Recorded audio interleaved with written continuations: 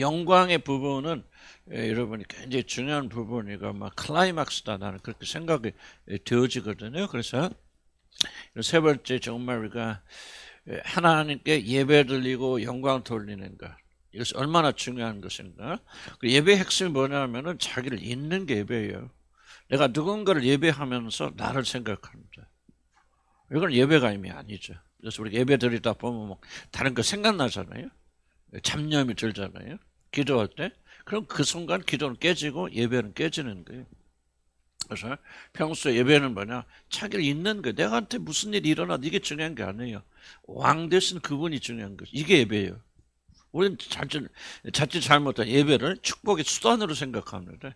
그래서 우리가 예배를 드리면은 하나님께서 무슨 축복을 주시고 이렇게 하는. 물론 그런 축복도 있겠지만 그건 예배 자체가 아니에요. 예배는 나를 잊고 그분이 누구신가를 기억하고 그분을 찬양하고 그분께 감사드리고 그분께서 예수님을 통해서 우리에게 베푸신 은혜를 기억하고 감사를 찬양하는 거예요. 그러니까 우리가 많은 문제를 가지고 오지만 기도할 수 있죠. 문제를 가지고 뭐 아픕니다, 뭐입니다, 고쳐주세요, 뭐 직장 주세요 할 수 있습니다. 그러나 그거는 예배가 아니에요. 예배는 모든 관심과 초점 주님께 맞죠. 그래서 찬양할 때도 굉장히 조심해야 될 부분은 성공하신 분들 잘 아시지만은 하나님께 감사드리고 하나님께 찬양도 예배드리고 이런 것들이 좀 많이 들어가야 돼요. 지금 우리가 주일날 세 곡 하는데 뭐 좀 모자라면 한 곡 더 추가해서라도 그런 식으로 하나님께 초점 맞춰 나가야 됩니다. 삶의 자세 중요합니다. 자, 이제 여러분 뭐를 기억하시고 어떤 벽을 우리가 뛰어넘어야 되냐면요. 정말 우리가 뛰어넘은 벽이 있다면 다른 게 아니고 제가 할 때는 좀 이렇게 확 해서 하셔야 돼. 여러분이 기억할 것은 우리가 어떻게 하여 영광스럽게 사느냐 이것이 마음이 변화돼야 됩니다. 왜 성령 역사가 필요하고 복음이 필요하냐면요. 이게 만약에 근본적으로 우리가 우리 자신에게 영광을 돌리고 우리 자신을 예배하고 싶은 그런 열망이 바뀌지 않는다면은 우리는 결국 하나님 예배할 수 없어요. 그래서 어떤 생각이냐 항상 어떤 우리가 잘못 생각의 밑에는 뭐가 있는 잘못 생각하는 하게 하는 사단의 속임수가 있어요. 생각 밑에 이걸 고쳐내지 않으면 안 돼요. 그래서 많은 사람들은 누군가를 내가 예배한다고 그랬을 때 왜 누군가를 칭찬하고 격려하고 예배하는 일을 우리가 뭐랄까 좀 인색합니까? 거기는 어떤 생각이 있죠? 내가 누군가를 예배하는 것은 그 사람에게 종속되어지는 자기를 상실하는 그렇잖아요. 옆에 있는 사람 뭘 잘해 뭐래 그러면은 뭐 칭찬하고 격려하고 또 심지어 예배한다고 합시다. 그랬을 때 여러분에게 씁쓸한 마음이 들죠? 어떤 마음이 듭니까? 그럼 나는 뭐야? 이런 거 많이 느끼시죠? 그러니까 누가 옆에 칭찬하고 그러면 내가 누군가 칭찬하고 격려하고 이렇게 보면은 여러분 이제 뭐 직업상 뭐 상담을 해보고 그래서 목사니까 한번 살펴보거든요. 그럼 별로 기분 좋은 사람들 별로 없어요. 순간적이라도. 그래서 여러분의 얼굴에서 나타나는 것은 뭐냐면 굉장히 어색하고 당황하고 그 다음에 언짢아하고 다른 사람이 누군가가 잘한다 하고 할 때 같이 기뻐하기에 굉장히 어려워요. 여러분 슬퍼하는 자 함께 슬퍼하고 기뻐하는 자 함께 기뻐하라. 뭐가 어려울까요? 기뻐하는 자가 기뻐하는 게 훨씬 더 어렵습니다. 왜냐하면 슬퍼하는 자는 동정심이 있으니까 자연스럽게 같이 울어줄 수 있어요. 너 잘못됐건 뭐했구나. 왜 울어줄 수 있냐면 적어도 나는 너처럼 불행하지 않아 하면서 위로받을 수 있거든. 근데 기뻐하는 자를 기뻐하는 것은 다른 사람의 성공을 축복해 주는 것은 나의 실패를 기억해 주기 때문에 굉장히 어려운 겁니다. 무슨 뜻인가 이해하시죠? 그래서 우리가 그런 점 우리가 기억한다면 예배가 굉장히 어렵다. 쉬운 것은 아니다. 왜? 하나님께 몰입하는 순간, 하나님께 모든 영광을 돌리는 순간, 모든 관심과 초점을 돌리는 순간 나는 어디가 있어요? 이게 여러분의 무의식, 마음의 깊은 부분 속에서 여러분 장악하고 있는 생각들이에요. 내가 영광받고 예배받고 싶은 열망이 부인되잖아요. 난 여러분들이 이런 깊은 생각을 안 하면은 참된 변화 일어나지 않는다고 생각해요. 그래서 현대인들이 가장 큰 문제는 생각하지 않게 하는 거예요. 마귀의 최대 전략은 뭐냐면요. 생각하지 못하게 하는 거예요. 생각하는 모든 것들 세상에 다 빼버리죠. 이제 생각할 필요 없어요. 기계들이 다 해버려요. AI가 나와가지고요. 그냥 뭐 단추 하나 누르면 모든 우리 생각까지 AI가 다 해버려요. 이번에 노벨상 여러분 발표하잖아요. 여러분 노벨상 발표할 때 이번에 물리상 세계적인 과학적 상인데 화학상 다 누가 받았냐? AI에 관련된 사람들이 다 휩쓸어가 버렸어요. 그때 이제 충격적인 것이 뭐냐면 사람들이 이렇게 AI 시대가 빨리 올 줄은 몰랐다. AI가 전 세계를 지배하고 있다는 증거다. 그 증거로서 그들이 지금 36살 먹은 사람이 노벨상 탔어요. 이번에. 보통 60, 70 넘어 자기가 어떤 것을 발견하고 30년 정도 흘러야만이 그것을 인정받아서 노벨상 받는데 이번에 나오자마자 노벨상을 탄 것은 뭐냐? 이제 AI 시대다. AI 특징이 뭐예요? 인간의 생각을 요구하지 않아요. 다 판단해줘. 인간보다 훨씬 빠른 속도로 인간의 모든 생각의 영역. 그 대신 인간은 뭐합니까? 전부 다 BTS가 됐건 뭐가 됐건 춤추고 노래하고 먹고 마시고. 인간은 갈수록 퇴보하게 됩니다. 그리고 기계만이 이제 그래서 이게 이제 앞으로는 기계가 사람 다스리는 시대가 이미 됐고 이렇게 되어질 거예요. 그래서 이제 우리가 이제 마지막 시대까지 지켜야 될 거 뭐냐? 생각을 바로 잡지 않으면 변화되지 않아요. 그래서 세상의 트렌드가 그렇게 흘러가도 우리는 뭐 AI가 뭔지 모르잖아요. 뭐 스마트폰 있죠. 우리 그런 것도 사용도 안 하고 뭐 있다고 하는데 관심도 없고 감사하죠. 근데 젊은 세대들은요. 이게 신앙이 먹혀 들어가질 않아요. 왜 그러냐면 생각할 필요가 없어요. 그냥 단추 몇 개만 누르면 다 답이 나와버려요. 그리고 뭐냐. 다시 그 시간에 자기는 먹고 마시고 즐기기만 하면 돼. 결국은 뭐예요? 사단이 인류를 멸망시키고 완전히 그냥 뭐라고 설명할까? 완전히 쓸어 없애는 거죠. 그래서 기독교 신앙이 굉장히 타락할 수밖에 없고 약해질 수밖에 없어요. 흐를수록. 왜? 생각을 제거해버리기 때문에. 우리는 거꾸로 봐야 돼. 생각해야 돼요. 근데 속이는 생각이 뭐냐? 우리가 하나님께 영광 돌리고 예배에 들리면은 우리 자신은 모든 영광을 빼앗긴다라고 하는 이 잘못된 생각, 이 사고가 여러분 무의식에 섬겨져 있기 때문에 여러분 하나님께 예배드리지 못합니다. 우리 이걸 바꿔야 돼. 속임수라고 말이죠. 그래서 내가 항상 강조하죠. 하나님 영광에는 열망 자체를 부인하면 안 됩니다. 우리에게는 그런 열망, 하나님 영광에 참여하고 싶은 열망이 있죠. 모세처럼. 모든 걸 다 체험하여도 마지막 모세가 걸었던 거예요. 하나님의 영광. 물론 그래서 하나님의 본체를 말하지만은 하나님의 영광을 나에게 보여주십시오라고 하는 그런 요구였거든요. 그러니까 마지막 때까지 남는 게 뭐냐?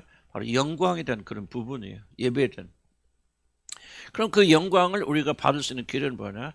우리가 스스로 우리에게 영광을 돌려야 된다라고 그렇게 생각하고 모든 영광을 어떻게 빼앗아 오는 것. 그래서 하나님께서 우리를 영화롭게 하고 영광을 받을 수 있는 그런 자로 만들어 달라고 하는 것이 우리 신앙의 주 관심사가 아니냐 그 말이에요.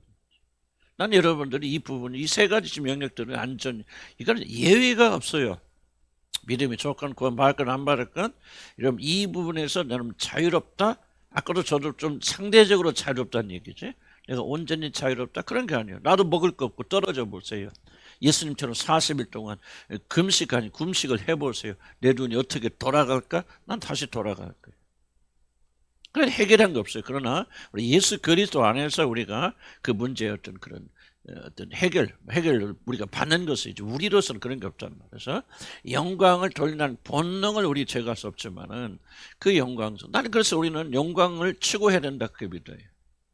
안전을 추구해야 된다 난 믿어요. 그러면 만족스럽게 이거 다 필요합니다. 다만 문제는 뭐냐? 하나님 밖에서 이걸 추구할 때 문제라는 거예요. 그래서 여러분이 항상 강조하지만 내가 또 강조하고 또 말할 거예요. 왜? 우리 완관 고집이 무너져서 행복할 때까지 말씀이 치고 들어가서 그래 내가 영광 받을 수 그러니까 내가 영광 받고 싶어하는 것은 좋다 나쁘다? 좋다 그 말이 필요한 일이다. 하나님 주신 본성이다 그 말이야. 뭐가 그러냐? 내가 영광 받을 수 있는 유일한 길이 있다면 똑같아. 죽음의 원리는 다 통하는 겁니다. 살려고 하는 자는 죽을 것이. 그러니까 대입하면 영광을 받으려고 하는 자들은 영광을 잃을 것이요.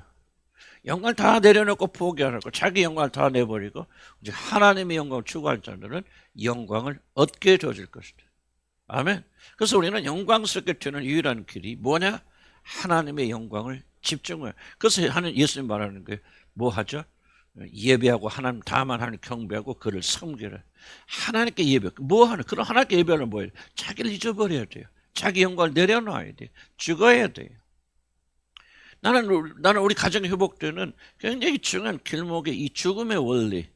내가 영광을 내려놓고 포기하고 내가 죽고 이 죽음의 원리가 우리 가정에서 그래도 적용되었기 때문에 나는 하나님의 영광을 볼 수 있었다 생각해요. 그래서 내가 왜 이런 걸 강조하냐.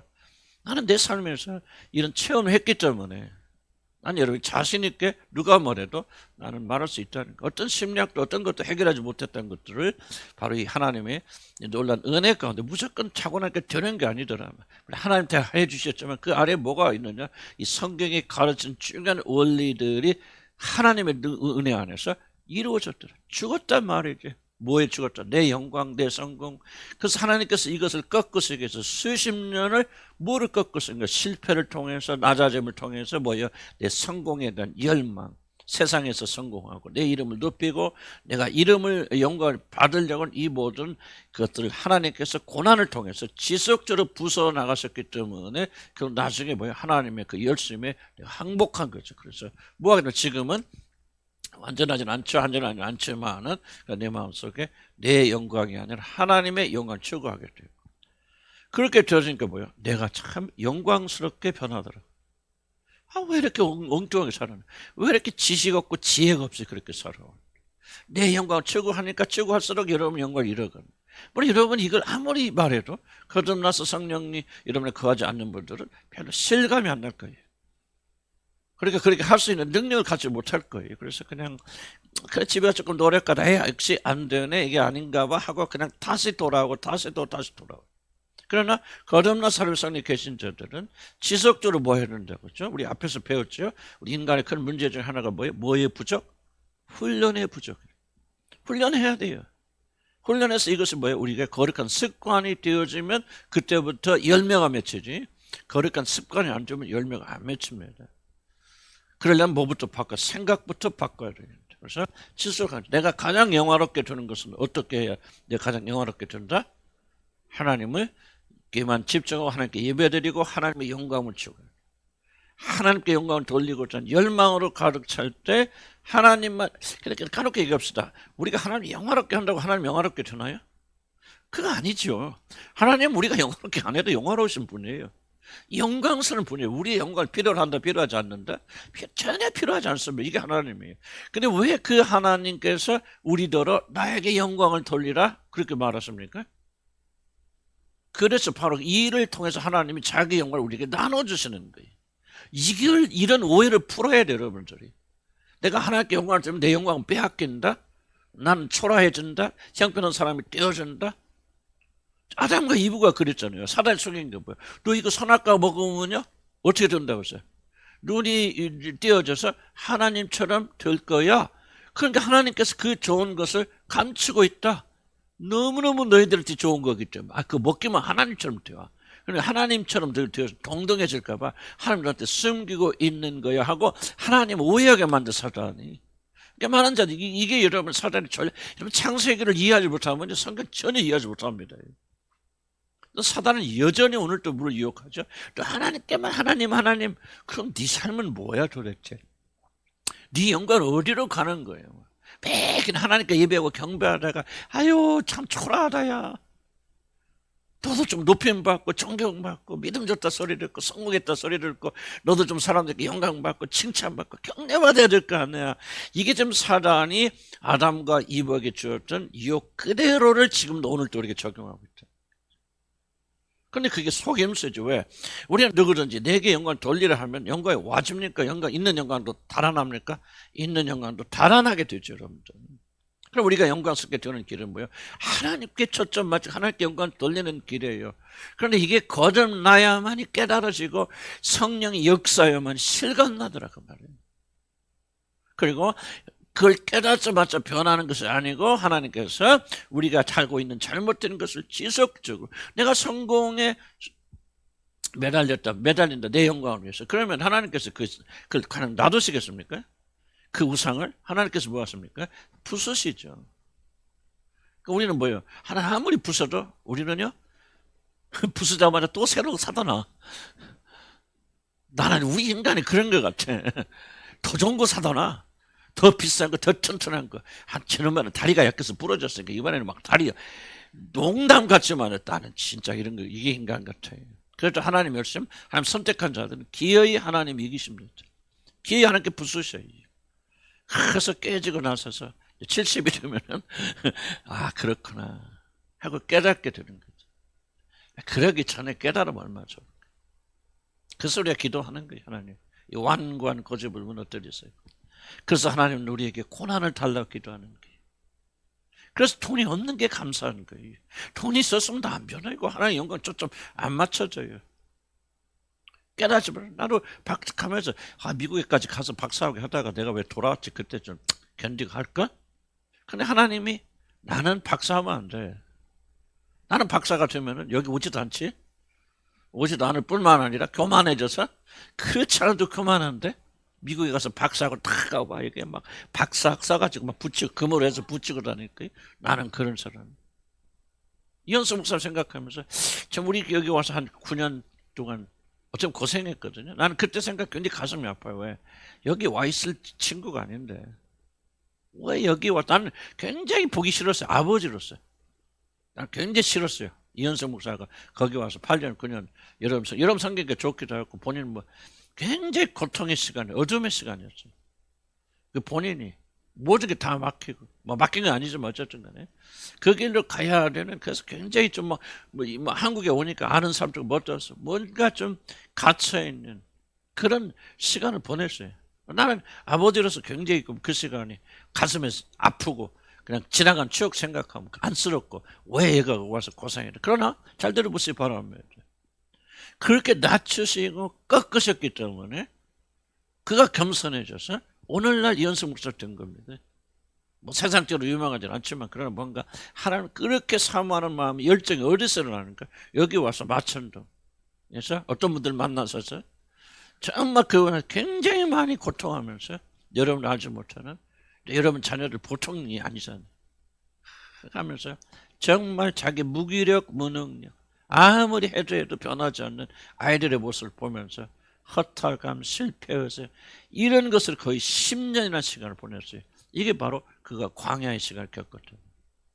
낮아졌기 때문에 그가 다시 한번 박사학을 하고 뭐 영국의 캠브리지 대학까지 나왔다 그러면 뭐 세계적인 학교인데 그런 거 싹 없애주시고 그리고 낮추셔서 이제 공부하게 하시고 그러니까 내가 봐도 10년 전에 우리 아들과 전혀 달라요.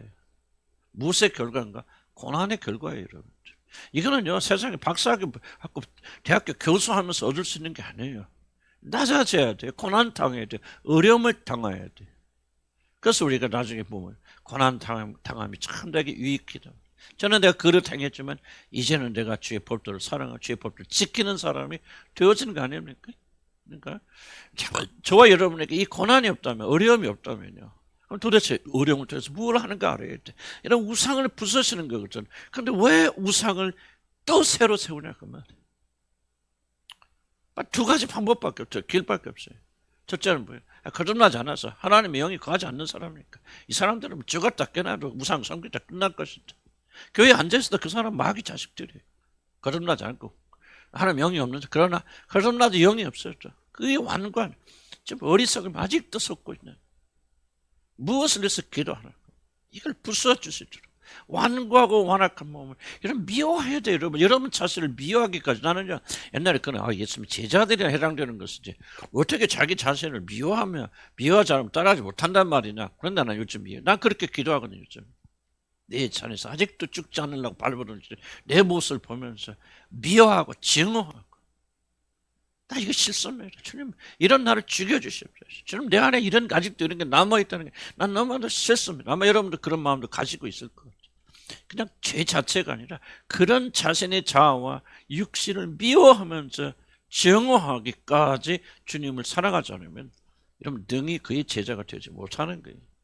그러나 여러분 그렇게 돼야 구원 받는다는 얘기가 아니고 은혜로 구원 받은 자들은 성령께서 그렇게 만들어 가신다 그 뜻입니다. 아멘. 우리는 좀 미리 깨닫고 기도할 때 맨날 뭐 주세요 뭐 주세요 그만하시고 먹고 마시는 그 구하지 말라 이방인들이나 하는 것이다.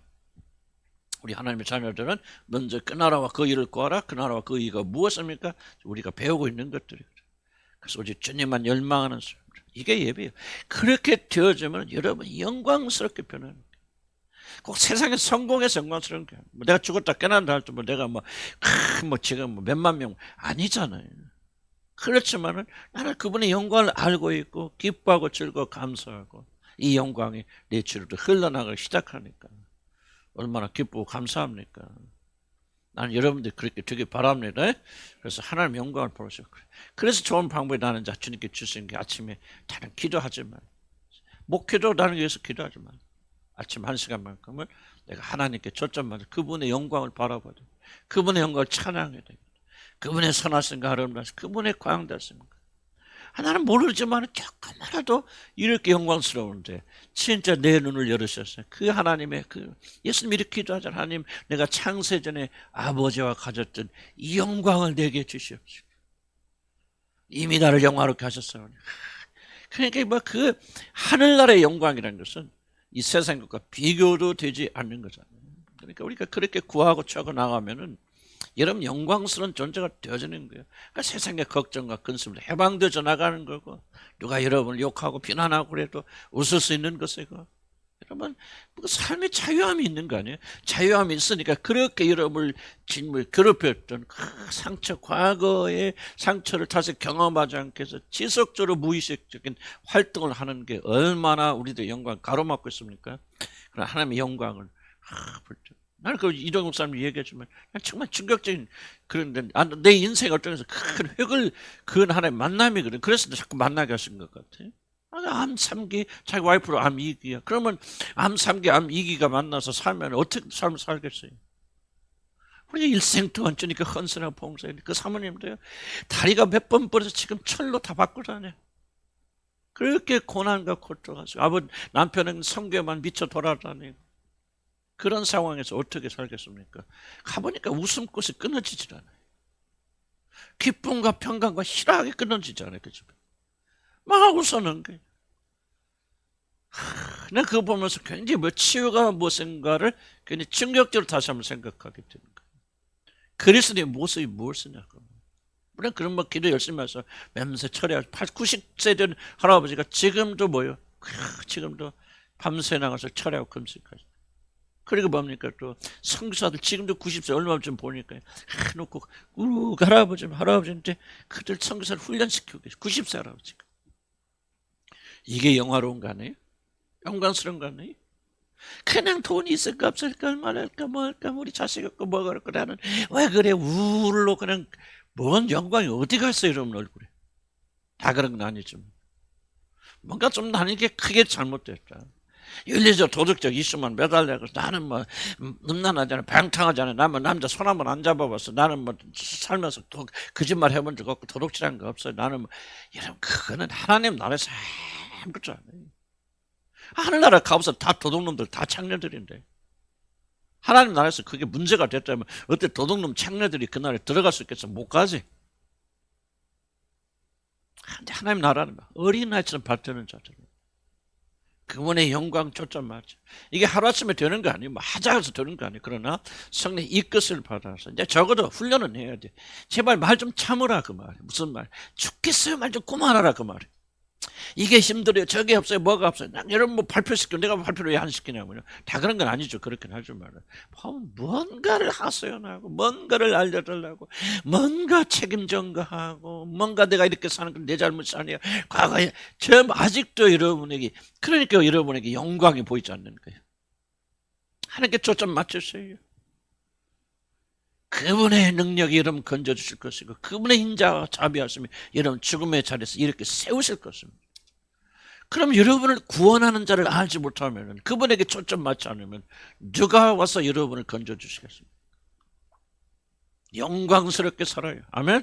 그래서 여러분 그렇게 해서 영광스럽게 살다가 영광스럽게 죽게 해주시옵소서. 아멘.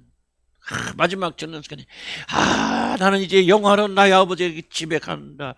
영광로다. 그러고 꼴딱 죽어야지. 아프고 지금 차라리 죽는 거면 사는 거 못하겠다. 막 이를 득득 가르면서 막 하나님 살아계시면 어떻게 이렇게 막 그러면서 실컷 50, 60년 교회 다니다가 그렇게 죽지 말라는 보장이 어디가 있어. 마지막 죽는 순간이 여러분이 영혼이 어디에 가는가를 결정한다는 게 보여줍니다. 하나님 나라 가는 사람은 평강 가운데 갑니다. 기쁨과 즐거움 가운데 감사하다. 하나님 나를 부르셨다. 나는 이 세상의 모든 고생 끝났다. 감사하다, 감사하다, 찬양한다. 물론 암이나 그런 깊은 고통 속에서 그렇게 아프신 분들은 그런 표현을 못하고 갈 수도 있겠죠. 그러나 그 마음속에는 그런 마음으로 가는 거예요. 그냥 예수님을 나의 고지로 받아들였습니다. 인정해서 그떡떡해서 우리 어머니 천당 갔다. 이러면 사실은 그게요. 불신자들은 그렇게 말해서 우리끼리는 그게 거짓말이에요. 사실은. 그게 거짓말입니다. 여러분들. 그렇게 가는 게 아니에요. 여러분들. 그럼 뭐 다른 사람 어디 가는지 신경 쓰지 마시고요. 우리는 영광스럽게 살다 영광스럽게 가야 돼요. 미리 아멘 하시기 바랍니다. 아멘. 세 가지를 뭐 집에 다시 한번 또 읽어보시고요. 또 반복합니다. 나도 고집 있어요. 고집에서 또 반복. 이러면 이해할 때까지. 자, 그러면은 우리 이제 뭐를 보냐? 오늘 나눠주는 부분도 사실 내가 이 세 가지 내용을 다시 한번 반복하는 겁니다. 다른 각도로. 그냥 옮긴 거 아니에요. 내가 또 같은 말이라 또 쓰고 또 쓰면서.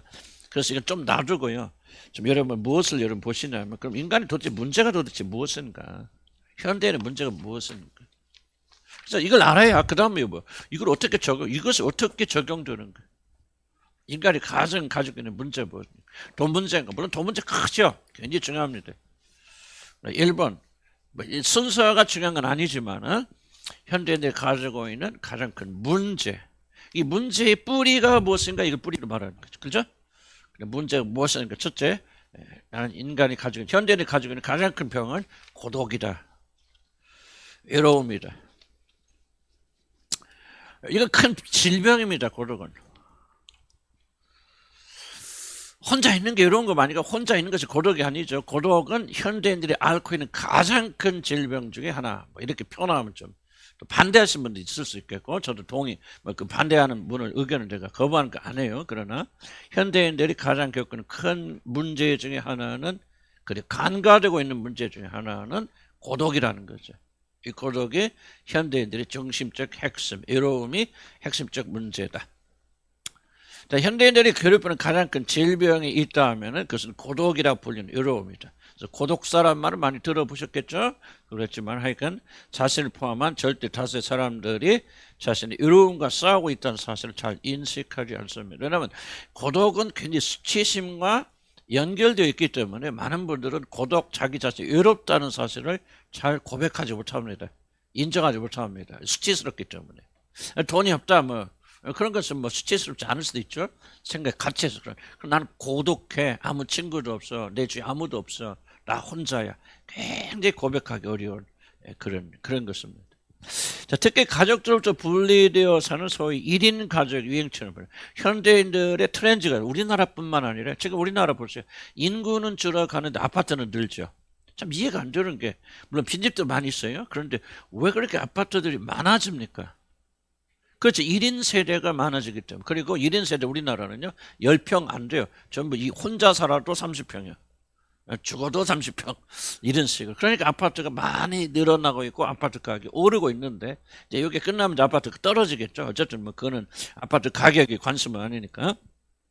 그래서 1인 가족이 유행처럼 번지면서 그럼 왜 1인 가족이 유행처럼 번집니까? 이 질문 해보셨어요? 아파트값 올리려고? 왜 1인 가족 유행처럼 번질까요? 아주 어렵게 생각할 거 없어요. 1인 가족이 번지는 것은 혼자 사는 게 편하죠. 그럼 왜 혼자 사는 게 편할까요? 관계에 지쳤기 때문에. 이게 현대인의 질병. 현대인들은 관계에 굉장히 지쳐있고 어떻게 관계를 가지느냐를 잘 모릅니다. 특히 한국 사회는 굉장히 심각한 문제가 있습니다. 한국 사회는 유치원 때부터 경쟁을 가르치죠. 어떻게 이기고 어떻게 잘하느냐. 그래서 유치원 때부터 여러분 머리 빠져요. 내가 대치동에 우리 여기 오신 목사님 아들이 대치동인가 거기가? 대치동에 작은 교회 큰 교회는 아니지만 그 교회 좀 목사가 그게 제가 왔다 갔다 제가 또 영국에서 상담한 사모님이고 치유하신 분이고 그래서 이제 이렇게 기회가 좀 왔다 갔다 하는데 그 대치동에 있는 아이들은 초등학교 몇 학년 때 나 기억 잘 못해. 초등학교 3, 4학년 때 중학교 과정을 다 끝난다고? 아이고 나 그 깜짝 놀랐어. 초등학교 3, 4학년인데 초등학교 과정을 끝낸 게 아니고요.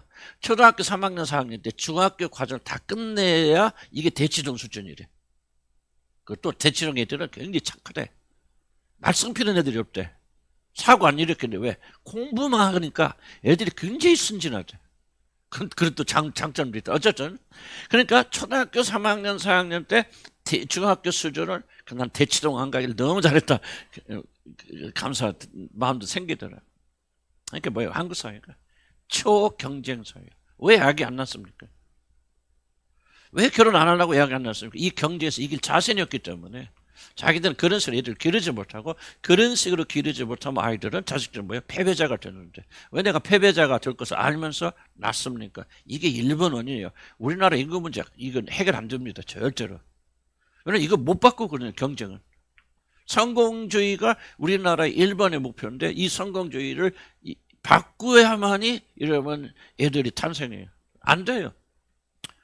아직은 내가 뭐 인구 전문가는 아니고 어쨌든 중요한 것은 한국 같은 경쟁 사회에서는 생존하려면 더불어 살기보다는 상대를 넘어뜨리는 경쟁.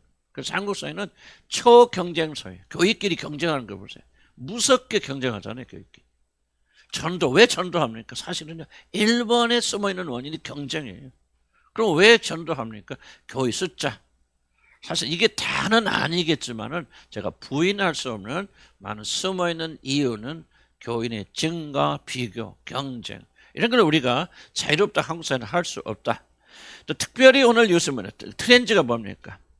교회 활동에 적극적으로 참여하기보다는 예배만 드리고 왜?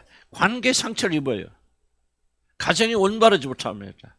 우리나라 가정, 결격 가정 많죠. 뭐라고 설명할까? 지금 이혼한 가정이 50%가 넘습니다. 제가 30년 전에 한국 떠날 때는요, 우리가 한 2,000명 모이는 교인 중에서 1년에 이혼했다 소리를 들은 게 2건, 3건 정도. 지금은요, 갔다 왔더니 완전히 변했어요. 50%가 이혼했어요. 엄청. 그러니까 잘 보세요. 우리가 기존 세대들은 그래도 버티고 사는데 젊은이들이 이혼해서 평균이 50%라면요. 우리나라의 이혼율, 실제 이혼율은 젊은 층에서는 70% 이상이라는 겁니다.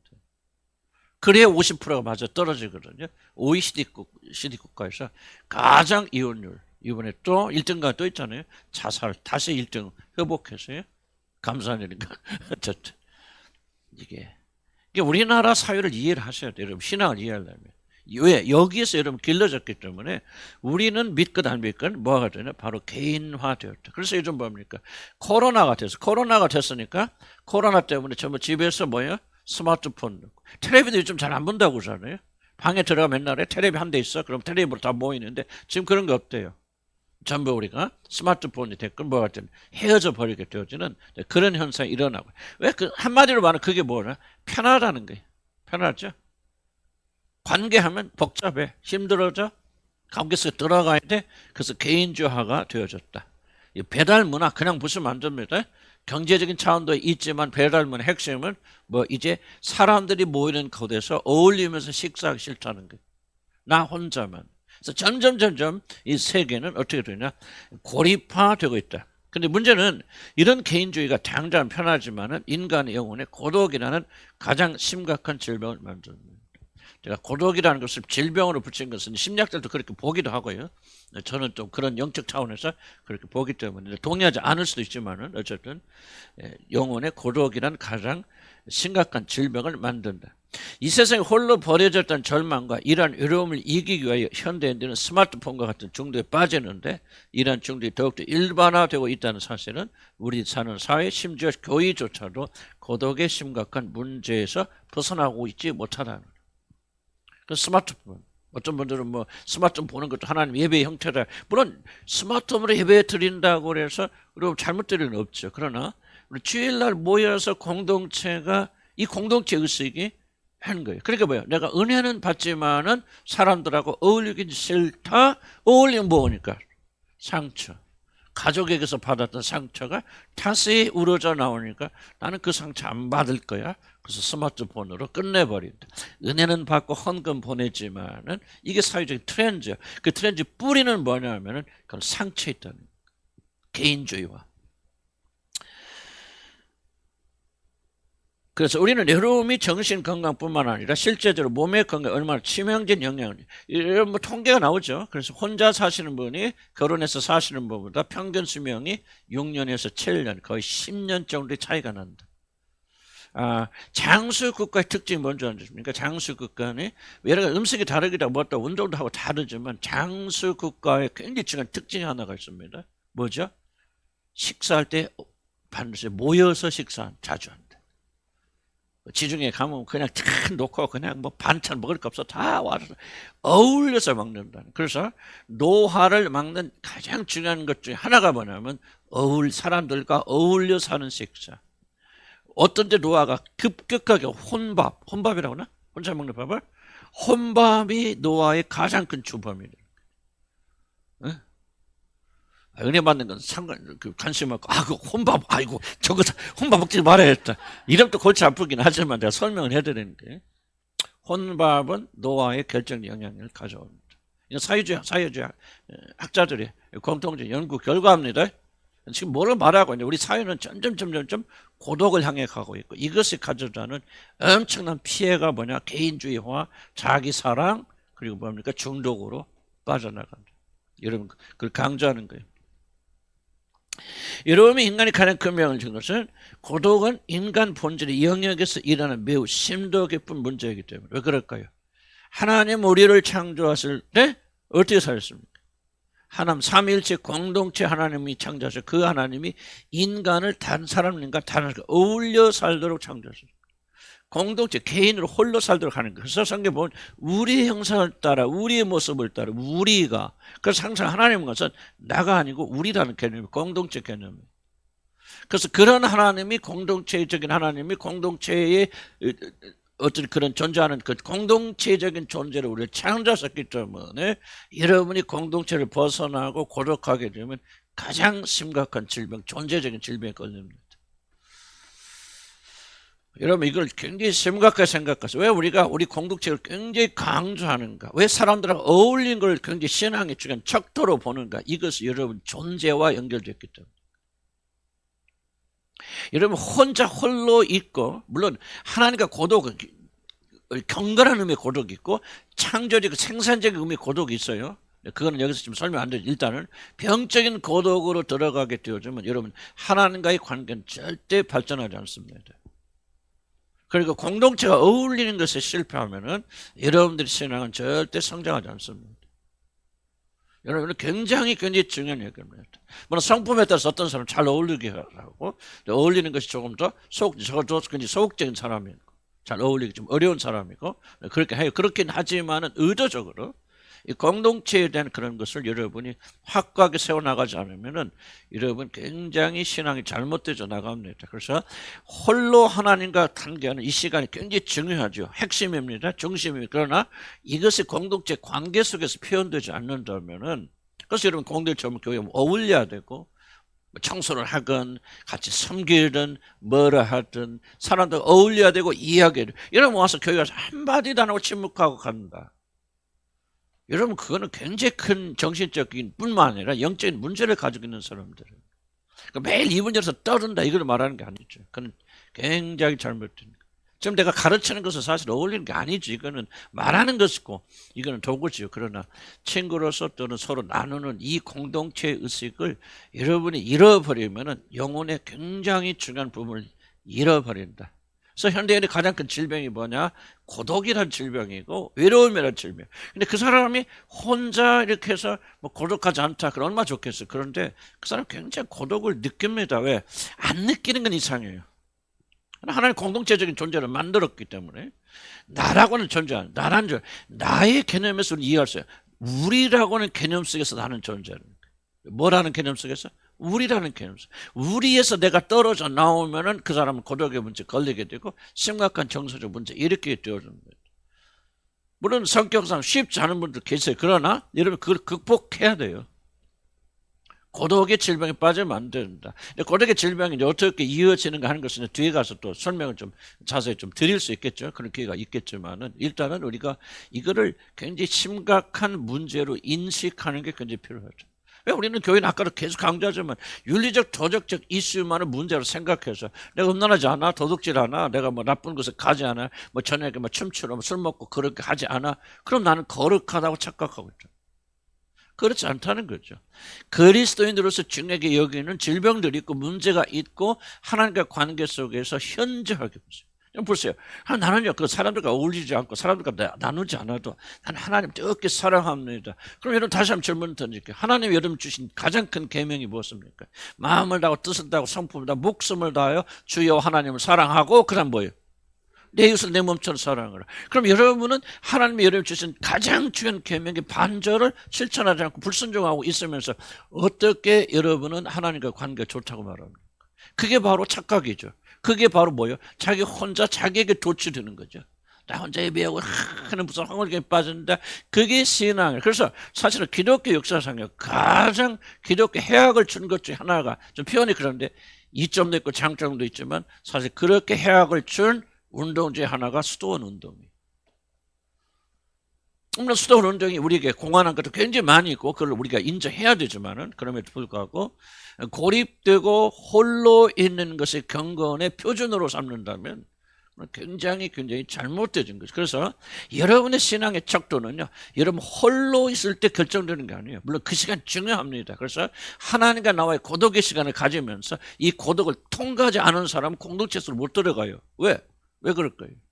이런 고독을 통해서 여러분이 모든 필요를 채워본 사람이 관계 속으로 들어갈 때 요구하지 않죠.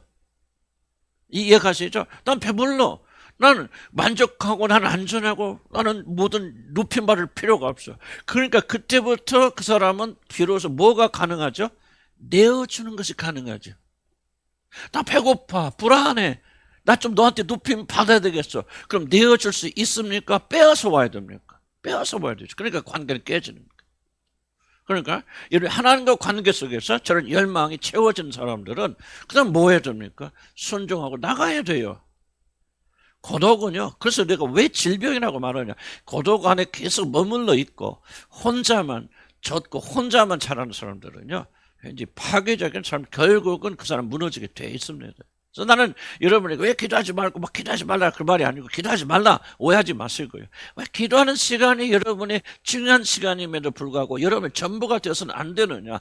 기도하는 자리에서 힘을 얻어서 뭐예요? 나가서 여기서 공급받아야 만족과 안정과 영광의 모든 본적을 그분과의 관계에서 체험받으니까 이제 내가 여러분에 섰을 때 여러분 나한테 우리 목사님 진짜 잘해 끝내줘 이런 말 들을 필요 있어 없어? 없어요. 그런 필요 다 끝나버렸거든.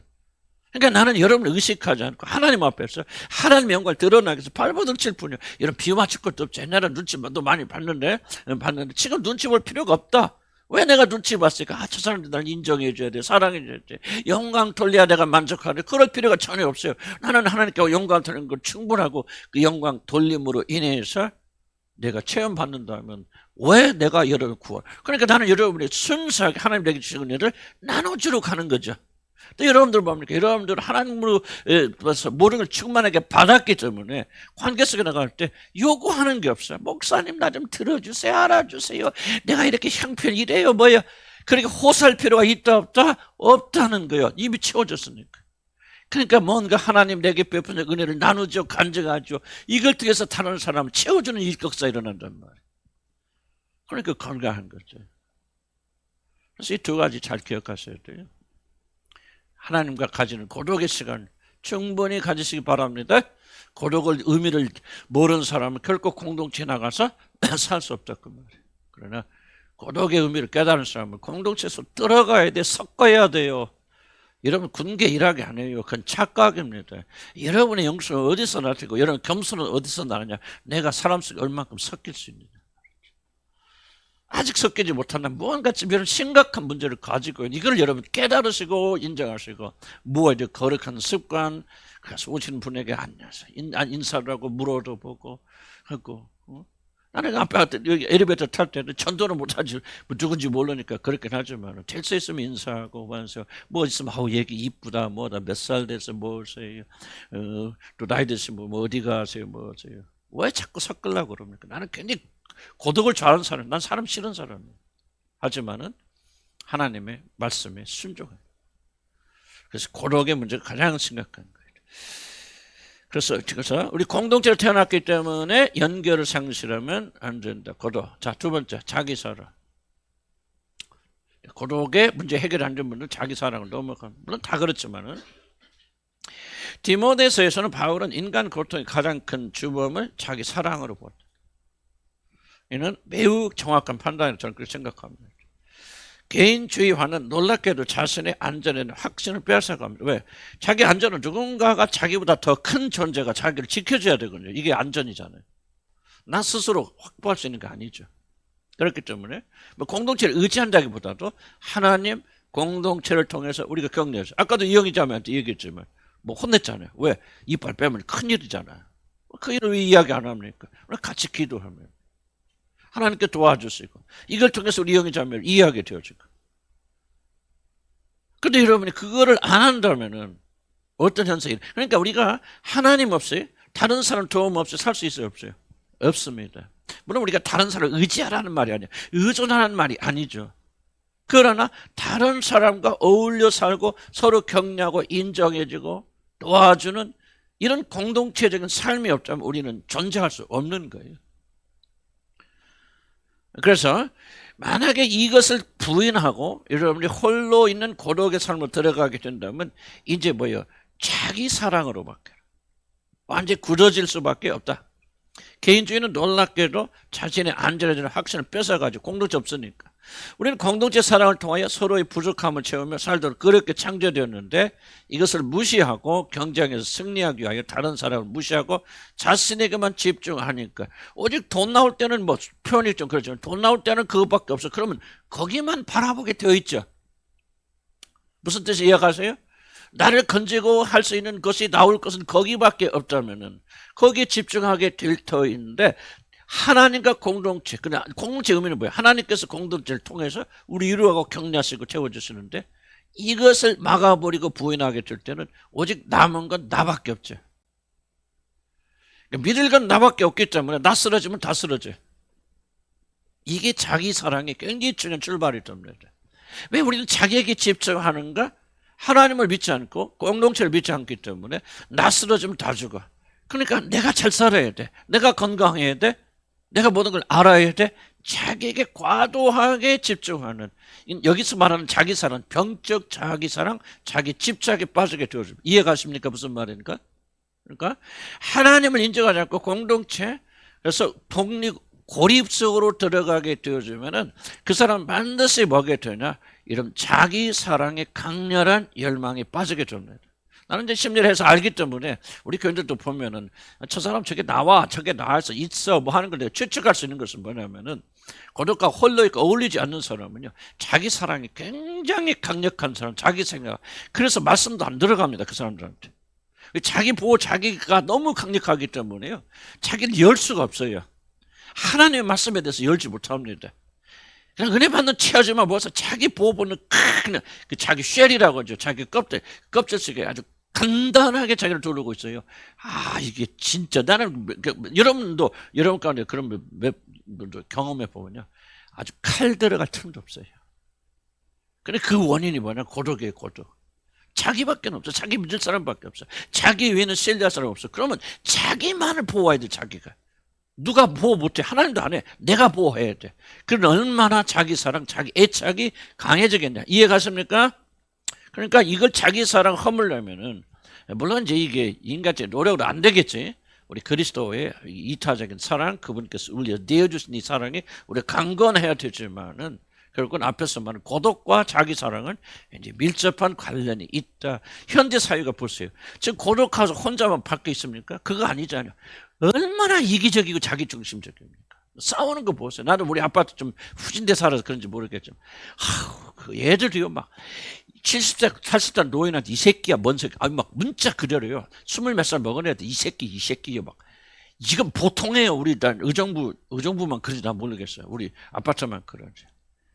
자기의 유익에, 자기 이익에 침해받으면요, 목숨 걸고 싸웁니다. 여러분 안 그런가요? 난 모르겠어요. 여러분들. 그냥 뭔가 내 것을 잃어버리고 내 것을 지키기 위해서 목숨 걸고 싸우는데 이게 바로 자기 사랑이에요. 나는 다치면 안 된다고요. 나 혼자야. 내가 믿고 의지할 것은 하나님도 없어. 공동체도 없어. 나 혼자인데 나가 다치면 안 돼. 자기에게서 누가 건들고 좀 듣기 싫은 이야기면 아주 목숨 걸고 싸웁니다. 여러분들 가운데 그런 분들 계세요. 이게 뭐냐? 자기 사랑. 자기 사랑이 극치하면 이런 그런 그 과보호 정도가 아니에요. 살인적인 살기를 가지고 자기를 보호하고 지킵니다. 목사가 말해도 내가 알아요. 내가 가슴이 아파도 아무 소리 안 하고 있는 거예요.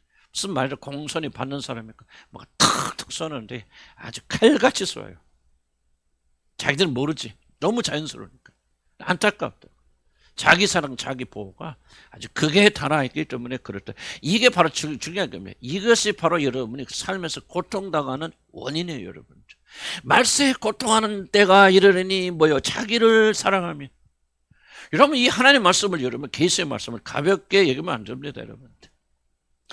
어떤 심리학자가 어떤 의사가 진단하는 것보다 더 정확하고 더 근본적이란 믿음을 가지고 있지 않는다. 우리 그리스도인 아니에요.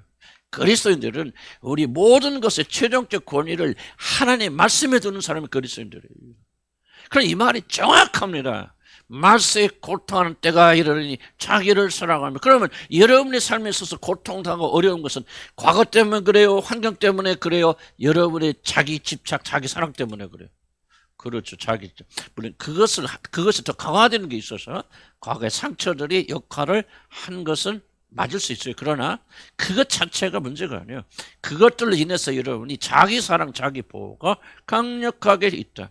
그럼 나는 얼마나 자기를 사랑하고 집착하고 있는지 알면은 딱 하나 테스트 해보면 돼요. 다른 사람이 여러분을 비난할 때 여러분 어떤 자세를 가집니까? 여러분 자녀가 여러분이 잘못됐다고 비난할 때 어떤 것을 가집니까? 나는 과거에 그랬어요. 이현수 목사가 지나간 말이라도 아버지 이게 뭐 잘못됐어. 그럼 나는 뭐 불같이 화를 냈죠. 지금 안 그래요. 깨달은 거예요. 아, 그렇구나. 내가 왜 이렇게 나를 사랑하고 자기 보호. 여러 가지 심리적 원인들이 있을 수 있겠지만요. 이거 하나 테스트 해보면 압니다. 여러분 자녀들이 엄마가 나를 위해 산 것이 뭐예요? 이렇게 저렇게 했잖아. 했을 때 여러분 심령에 어떤 것이 지나가고 어떻게 반응하십니까? 나쁘게 반응하지는 않는다 할지라도 여러분 영혼 속에 어떤 것이 흘러가고 있습니까? 누군가가 여러분이 내가 여러분 잘못을 지적했을 때 여러분이 뭐하면 뭐가 흘러갑니까? 이걸 통해서 여러분이 얼만큼 자기 사랑에 집착하고 있는가를 우리가 테스트해 볼 수 있는 하나의 그런 이해가 되어집니다. 아마 여러분 가운데 거의 대부분은 이 시험을 잘 통과하지 못할 겁니다. 나도 아직도 이 부분에 대해 굉장히 어려움을 겪고 있는 조금씩 우리 집사람 나한테 비난은 안 하지만 어쩌면 했을 때 목이 올라오지만 이거를 그래도 주님 앞에 가지고 나가서 처리할 수 있을 정도는 좀 됐다. 만약에 내가 이런 걸 몰랐더라면 난 지금 여전히 화를 내고 분노하고 그리고 복수하고 해서 발버둥 쳤을 것이다. 자기 사랑이 현대의 가장 큰 질병 중에 하나다. 여러분 이것이 하나님 앞에 회개될 부분들이. 바리새인들처럼 주여 나는 다른 사람과 같이 매일 사창가에 다니는 사람과 같이 나는 음란한 짓을 아니하였나이다. 아버지 나는 매일 저렇게 먹고 마셔 술 마시는 사람처럼 저렇게 하지 아니고 오늘 또 기도하게 하시니 감사합니다. 바리새인의 기도와 뭐가 다릅니까 여러분들? 뭐가 다릅니까? 하나도 안 달라요. 하나님이 의롭다 하지 못하는 기도들이에요. 우리 직장의 동료들은 다 주님을 모르는데 나는 이렇게 주님을 알아서 이렇게 하나님께 영광되는 자가 되게 하시니 감사합니다. 뭐가 바리새인들이 기도하고 무엇이 다르냐고요. 그게 아니에요. 얼마나 우리는 자기를 사랑하고 있고 자기에게 집착하고 있고 왜 남편이 자기 잘못을 하나 지적하고 왜 그렇게 못 견딥니까? 왜 그래 힘듭니까? 그거 하나를 가지고 30년 40년을 싸시고 마음에 불편해 하십니까? 자기 사랑 나를 건들면 안 돼. 나는 세상의 왕이야. 우주의 왕이야. 나 무너지면 다 무너지는 거예요. 그렇기 때문에 아닌가요? 물론 건강한 자기 사랑은 굉장히 중요하죠. 다른 사람을 사랑하는 기초가 됩니다. 그래서 주님도 내 이웃을 내 몸같이 내 자식을 사랑하라. 먼저 자기를 사랑해야 돼요. 그러나 건강한 의미로 살아가지 않는다면 이웃을 결코 건강하게 사랑할 수 없죠. 그러나 죄로 인해서 하나님과 단절될 자들, 그래서 모든 것을 이 제한된 세상에서 경쟁을 통하여 믿을 수밖에 없는, 얻을 수밖에 없는 인간은 이제 자신의 생존을 위하여 자신의 만을 챙기게 됩니다. 나는 왜 여러분들이 이걸 굉장히 강의하면서 강조하냐면, 여러분 이제 외모가 중요하지 않아요, 여러분들. 얼마만큼 열정적으로 와서 기도하느냐, 하지 말라는 게 아니고, 기도하느냐, 그것과 여러분의 신앙과는 아무 상관이 없어요. 나는 여러분이 이걸 진심으로 받아들이셔야 됩니다. 어떤 자들은 하나도 그런 행위, 정말 묵묵하게 왔다만 가서 뭐 저 사람이 은혜 받았을까 하는 사람이 내면이 굉장한 폭풍이 일어나서 변하는 사람들이 있고, 매일 눈물과 기도로서 여러분 헌신하고 찬양하고 찬송하지만은, 난 그걸 자체를 비난하는 거 아니니까 오해하지 마시고요. 그것 때문에 여러분 기죽을 필요 없어요. 그러나 그런데도 불구하고 지금 여기서 다루고 있는 이 영역에서는 철통같이 굳어있는 사람도 있어요. 그럼 그 사람 누구냐? 바리새인들이에요. 결코 그들은 하나님의 심판에 쓸 수 없는 사람들. 그래서 나는 그들을 미워서가 아니라 그들을 건지려고, 건지기 위해서 여러분을 애타게 호소하는 겁니다. 여러분 가운데 그런 분이 꽤 돼요. 나 아니라고 그렇게 말하지 마세요. 그럼 집에 가서 한번 체크해 보세요. 오늘 저녁에 갔는데, 은혜보가 갔는데 저녁에 남편이 여러분을 해서 비난하고 비판하게 할 때 어떤 마음이 일어나는 걸 체크해 보세요. 기록해 보세요. 그리고 어떻게 반응하는가 살펴보세요. 이게 하나님 앞에서 이런 문제라는 거예요. 이해가시죠? 우리는 여기서부터 이렇게 자유롭게 돼야 우리가 우리 마음의 중심에 예수 그리스도를 모실 수 있잖아요. 하나님이 그것은 집으로 지어져 간다고 그랬잖아요. 우리가 이런 것들을 부족하지만 성령의 능력 가운데서, 우리가 기도의 능력 가운데서 고쳐나가면은 자기 사랑에서 해방되는 사람. 멸망의 나라가 뭐예요? 멸망의 나라에서 사랑하는 아들의 나라로 옮겨. 자, 멸망하는 나라의 특징이 뭐예요? 자기 사랑이요. 나. 지옥 가면 뭐 한다고? 지옥 가면 전부 다 자기만을. 나 하는 사람만 다 지옥 가 있다고 말이에요. 천국에 가는 특징이 뭐예요? 하나님 그리고 너. 이게 우선순위 바뀌잖아요. 그렇게 해야 구원받는 거 아니죠. 구원받은 사람들 그렇게 돼간다 그 말이에요. 그것이 정상이라 그 말이에요. 나는 죽고 그리스도 살아야 된다 그 말이에요. 자기 사랑에 이 벽을 깨고 부숴야 된다. 그렇게 하려면 뭐밖에 없다? 십자가밖에 없다. 예수 그리스도의 사랑이 뭐 자기 사랑 아니잖아요. 원수를 위해서 자기 몸을 내어주신 그 사랑 아니에요. 절대적으로. 자기를 포기하는 사람. 그야 요가하고 침을 뱉지만 택구하지 아니하시잖아요. 그런 은혜를 우리가 구원받았다면 구원이 도대체 뭐냐? 자기 사랑으로부터 해방되는 게 구원이라 그 말이에요. 천국 가는, 이거 뭐지? 도대체 천국이 뭐냐 그 말. 물리적 개념으로만 생각하지 마라. 천국은 뭐예요? 전부 나라고 하는 것이 죽어서 하나님과 다른 사람만 존재하는 곳이 바로 하늘나라고 천당의 특징이라 그 말이죠.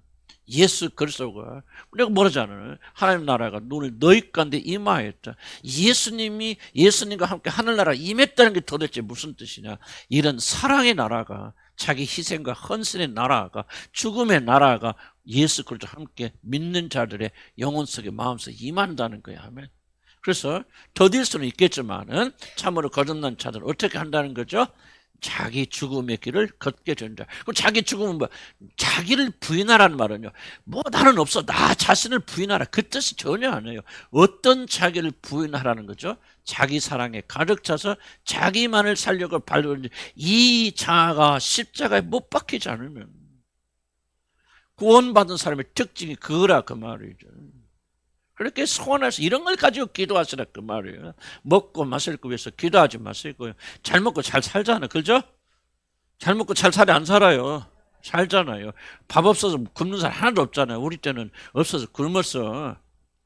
우리 때는 매일 수제비만 끓여 먹고 흰밥 계속 그때 남은 거 그냥 찬밥 남은 거 끓여서 그것만 먹고 살았어. 지금은요. 지금 건강 때문에 안 먹지 없어서 안 먹어요. 그러니까 우리가 그런 거 구하지 마시고요. 정말 죄가 무엇인가를 여러분 알아야 돼요. 살인하고 강도하고 죽이는 게 죄가 아니라고. 그거는 하위의 죄라고 말. 진짜 죄는 뭐야? 자기 사랑이 하나님의 영을 받은 자들에 있어서 엄청난 죄악이 될 수밖에 없다. 이걸 우리가 거듭나기 이전에는 깨닫지 못하고 인정하지 못하나 거듭난 사람의 마음속에는 그렇구나. 자기 사랑이야말로 죄의 극치구나 깨닫고 어떻게든지 그리스도와 함께 죽었기 때문에 죽는 삶을 매번 선택해 나가서 나는 죽고 하나님 사시고 네가 사는. 그래서 관계 바뀌잖아요. 지금 여러분 남편과 아내 관계 보세요. 여러분들 믿건 안 믿건 여러분 싸움이 뭡니까? 너 죽고 나 살자요. 그래 안 그래요? 그래 뭘 복잡하게 생각합니까? 안 그래요 그 집은? 안 그래? 너 죽고 나 살자. 우리도 해방된 거 얼마 안 돼요. 이제 이게 바뀌니까 가정이 영광스럽게 변하잖아요. 생명이 임하잖아요. 부활의 영이 임하잖아요. 나는 이걸 체험하고 있겠지만 안타까워서 여러분에게 드리는 거. 여러분 보세요. 남편이 예수 안 믿는 사람도요.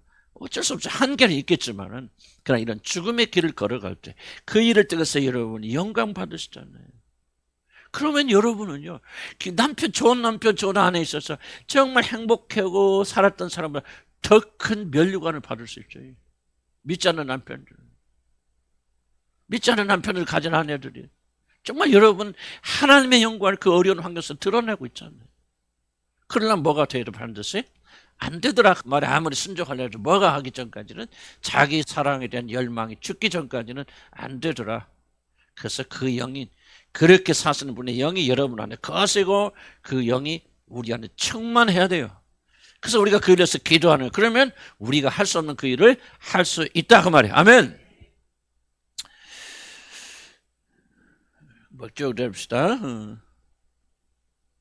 밑에 내리면 세 번째 탈락. 바로 이것이 인간의 고통을 불러온다. 바울이 자기 사랑은 인간의 고통의 원인 중 두 번째, 첫 번째로 놓은 것은 우연이 아닙니다. 부부 문제, 직장 동료들의 갈등이나 교회 안의 다툼의 모든 원인 중 하나가 바로 자기 것을 챙기고 자신의 안전을 추구하는 것이라는 사실을 누가 부인하겠습니까? 잘못된 동기와 방법으로 자신을 사랑하기 때문에 이 세상에 고통이 이게 이제 이 생각이 전환이 와야 됩니다. 자, 왜 여러분 고통합니까? 여러분 무의식 속에 있어요. 나 돈이 없었어요. 환경이 안 좋았어요.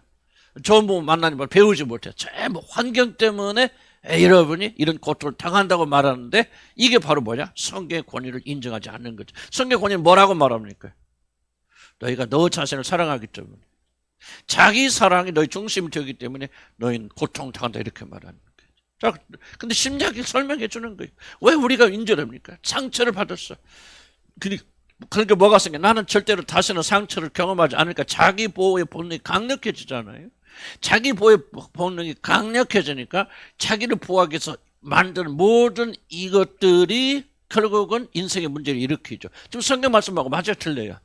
정확히 맞죠. 그러니까 내가 왜 심리학을 내가 무시하지 못하냐면요.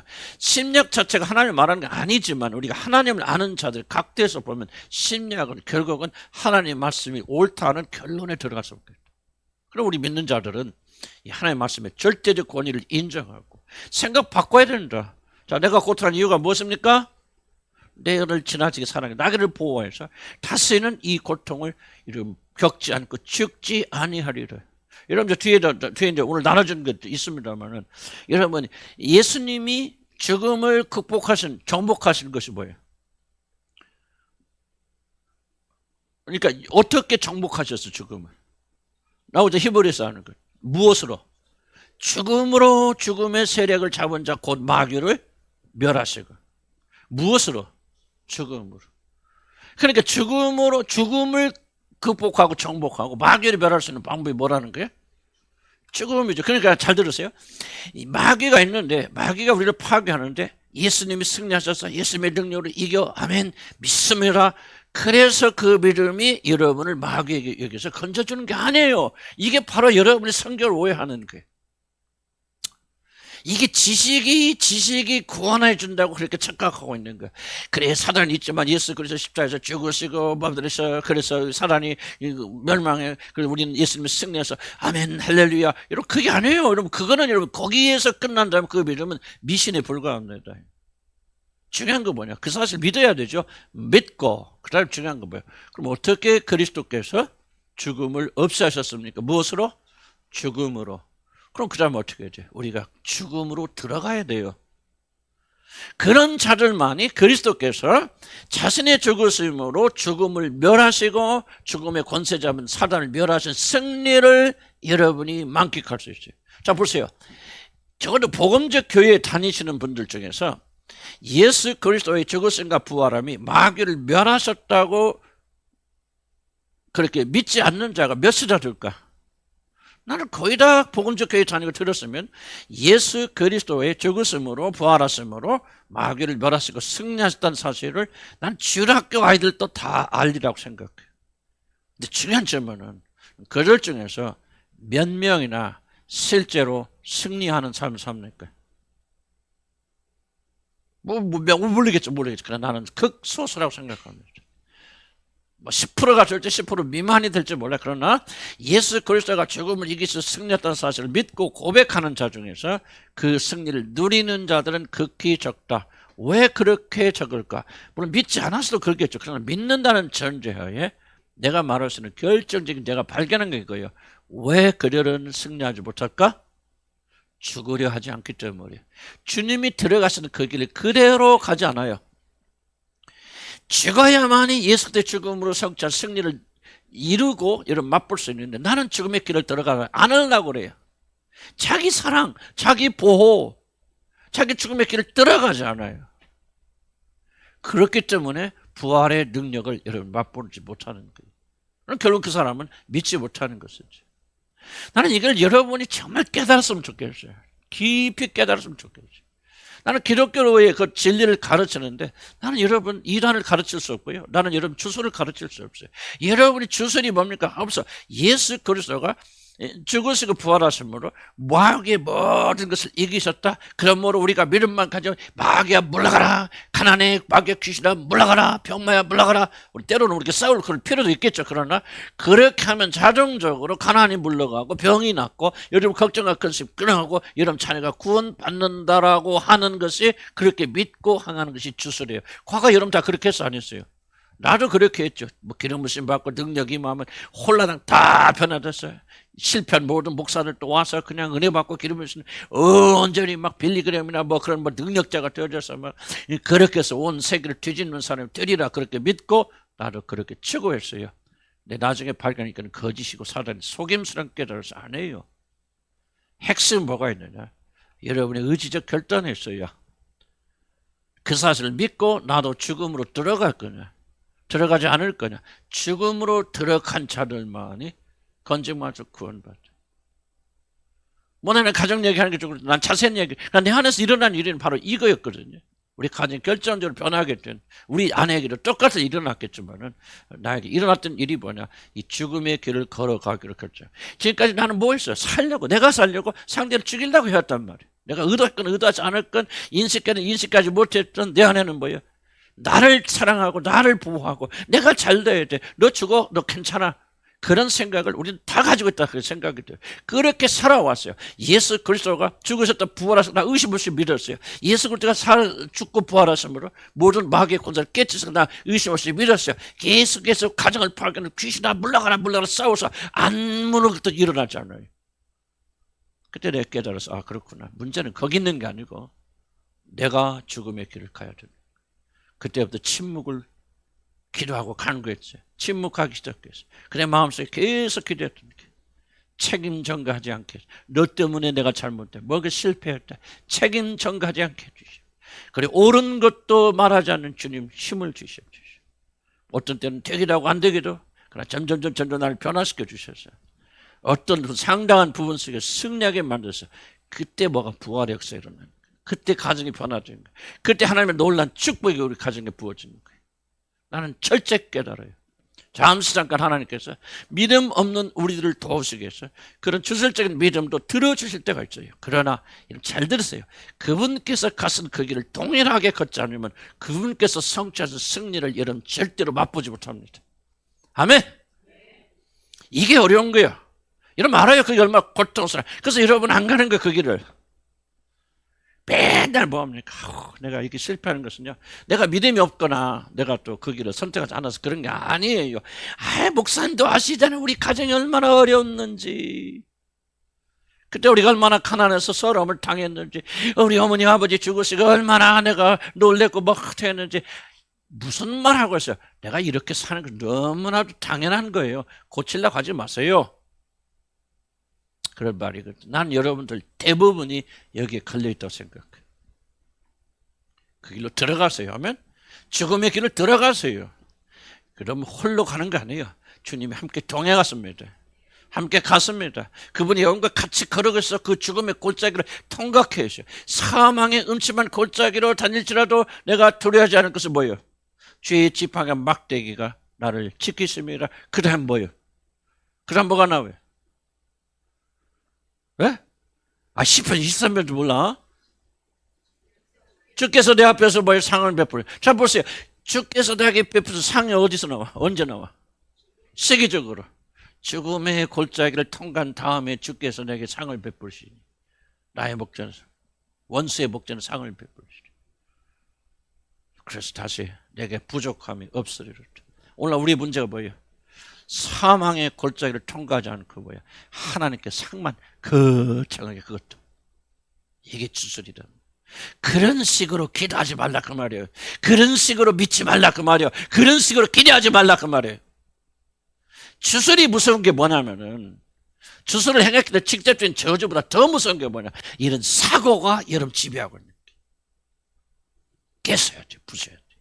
죽은 자들만이 생명에 들을 수 있죠. 나는 우리 교인들은요, 믿음 가지고 혼자 아니에요. 죽으라면 죽으라 그 말이에요. 내가 우리 아들 죽음에 대한 그 고통을 어떻게 이겨내가 말씀 수없이 간증했잖아요. 죽으면 죽으리라. 죽으라 말이까지 것. 죽음으로 죽음의 세력을 이기는 거예요. 살려고 하면 여러분 뭡니까? 죽기가 무서워 두려워하는 자, 두려워함으로 뭐 무서워함으로 마귀의 포로된 자를 구하시기 위해서 예수님이 오셨다. 어떻게? 자유해라 마라 할렐루야 이렇게 안 했다 그 말. 무엇으로? 자기 자신이 죽음으로. 죽음으로 죽음의 세력을 잡은 거예요. 똑같이 적용되잖아요. 나도 우리 아들과 내가 죽을 때 얼마나 무섭고 떨리고 울고, 난 눈물로 통곡으로 며칠을 살았어요. 그러다 딱 주님이 주신 거예요. 그럼 죽으면 죽어라. 하나님 뜻이 내 아들 데려가는 것을 데려가라. 지금 죽어도 그 아들은 구원받아서 하나님 나라에 들어가니 무엇이 부족하냐? 이게 하나님 뜻이면 이루어지옵소서. 딱 그런 식으로 죽잖아요. 죽음을 선택하잖아요. 그러니까 이 죽음으로 보여. 나의 죽음을 안 죽으려고 팔벌어서 어떻게 안 죽지? 어떻게 하면 사고가 나지? 어떻게 하면 이거 꿈과 환상으로 보일 수 있는데 난 큰일 났다. 반드시 죽는구나. 살려고 발버둥치니까 그런 문제가 일어나는데, 내가 죽음을 딱 선택하니까 뭐야? 죽음의 세력으로, 죽기가 무서워서 들여던 내 마음이 딱 죽음으로 딱 선포하니까 뭐야? 딱 마귀가 손을 놔버리잖아요. 그 순간 놀랍게 죽음에 대한 공포 싹 사라져. 나는 정말 신비한 체험했어요. 그때 일생일 때 교훈해요. 그렇고 내가 지금 이 신앙의 고백에 이거 가르치는 거는요, 내가 왜 이런 고통과 죽음의 고통을 경험했는가? 살려고 발버둥 쳤기 때문에 그래. 그래서 고통스럽고, 그래서 사망의 골짜기 들어가는 거예요. 죽음을 선택하라 그 말이에요. 아무것도 아닌 사람 뛰라 그 말이에요. 죽음은 죽기 뻔했지 더 하겠습니까? 죽어버리라 그 말이에요. 안 죽으려고 발버둥 치니까. 도대체 이게 참 얼마나 비참하냐 그 말 여러분. 매일 똑같은 기도, 똑같아서 10년 지내도 아이고 목사님 10년 후에도, 이거 정말 얼마나 우리가 초라하고 불쌍하냐 그 말이에요. 매일 신앙 고백합니다. 믿음의 초보에 더 이상 머무르지 말고 그러잖아요. 히브리서에 또 나가라 그 말에. 죽으면 죽으리라. 전진하자 그 말에. 아멘. 그러면 죽음과 부활의 놀라운 역사가 일어나지 않아요. 살려고 하는 모든 발버둥에서 나가라. 자기 사랑에서 벗어나라. 그러면 여러분은 그림과 함께 날개치며 올라가게 될 것이다. 아멘. 다음 시간 좀 그렇대. 제가 막 의도적으로 반복하네. 반복하고 또 반복하죠. 그래도 지난주에 들은 거 다 기억 안 나죠?